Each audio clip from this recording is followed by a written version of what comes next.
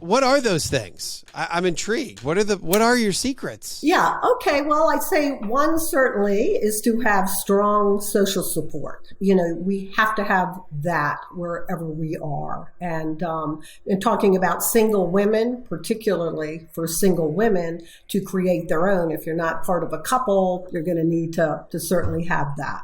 So strong social support is one. I'd say the ability to renegotiate roles. Let's say if you're part of a couple, you may have laid down things. I mean, I've been married a lot of years, and we kind of figured out who's doing what as we were married and we had children, and then as we got older. But then after we both left our primary careers, there was some renegotiating to do in terms of who was going to be doing what. Like I do not like to cook. I hate to admit, and I don't like doing the dishes. I'd much rather cut the grass or do that kind of thing. So we have done some big role reversals with that. So that would be another one. So renegotiate the rules. I've never heard anybody talk. Not rules, roles. We didn't really have rules laid down. All right, so renegotiate your roles within the family, yes. So if you have a spouse, if you still have adult children living there, I'd say it's important to sit down. One woman I had spoken to at a talk afterwards,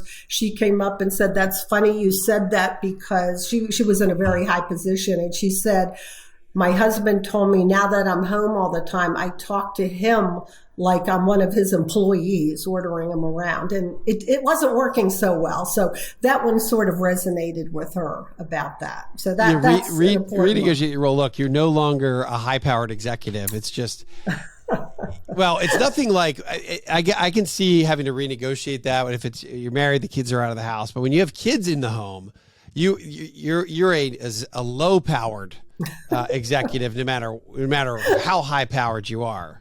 Even if you're the CEO somewhere, your kids don't treat you like the CEO, right? They don't care. They don't know. That would be true.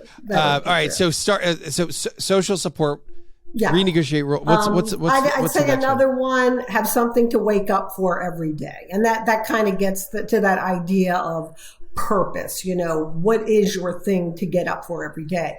It can be very lofty. You're trying to save the world, or you're trying to save the turtles. The turtles, save the turtles. I'm going to go save the turtles. And I went to the University of Maryland, so I'm a Terp, so that's kind of a natural fit that I went there. But hey, it's not your fault, little guy, that you were the first egg laid in this very deep sand cavern. It's not your fault that you came out first. You got the longest way to climb. You got all your brothers and sisters on top.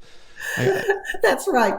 So I think that one's very important, to have some structure to your day, but to have also obviously some free time built in. But what is your reason for getting up every morning? I think that's a big one, and have something to do that. And those things can be quite different from things you've ever done. So for example, for me, tennis, I like tennis, and that goes into the next one, which is really have strong social support. A lot of these things sort of overlap, but we need to have that social support. And for me, tennis checks a lot of the boxes, because it's also, of course, the exercise point of view and the living healthy point of view, and it has the social support, and it structures your time for you. So that's an important one, to have something every day.